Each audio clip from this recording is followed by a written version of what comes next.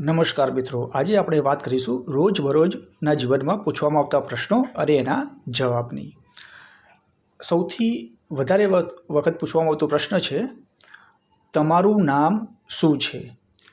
આ જ પ્રશ્ન આપણે અંગ્રેજીમાં પૂછવું હોય તો આપણે કહી શકીએ, વોટ ઇઝ યોર નેમ?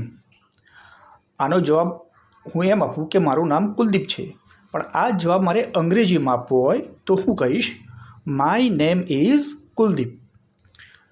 આપણો પછીનો પ્રશ્ન છે, તમે ક્યાંથી છો?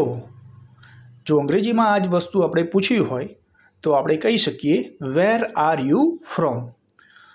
આનો જવાબ મારે એમ આપવો હોય કે હું ભારતથી છું તો હું કહીશ, આઈ એમ ફ્રોમ ઇન્ડિયા.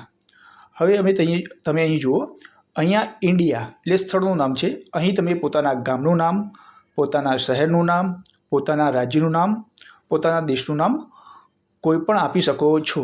હા, તમે વિદેશમાં જાઓ અને કોઈ તમને પૂછે વેર આર યુ ફ્રોમ, ત્યારે તમે ચોક્કસથી કહેશો, આઈ એમ ફ્રોમ ઇન્ડિયા. પછીનો પ્રશ્ન છે, તમારા પિતાનું નામ શું છે?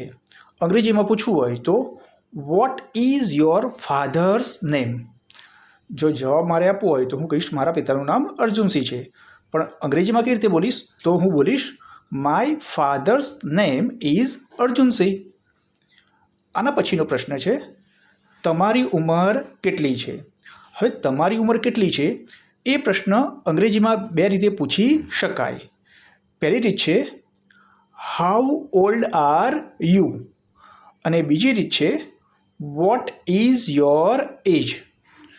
તમે હાઉ ઓલ્ડ આર યુથી પ્રશ્ન પૂછો કે વોટ ઇઝ યોર એજથી પ્રશ્ન પૂછો, બંનેનો અર્થ એક જ થાય, તમારી ઉંમર કેટલી છે.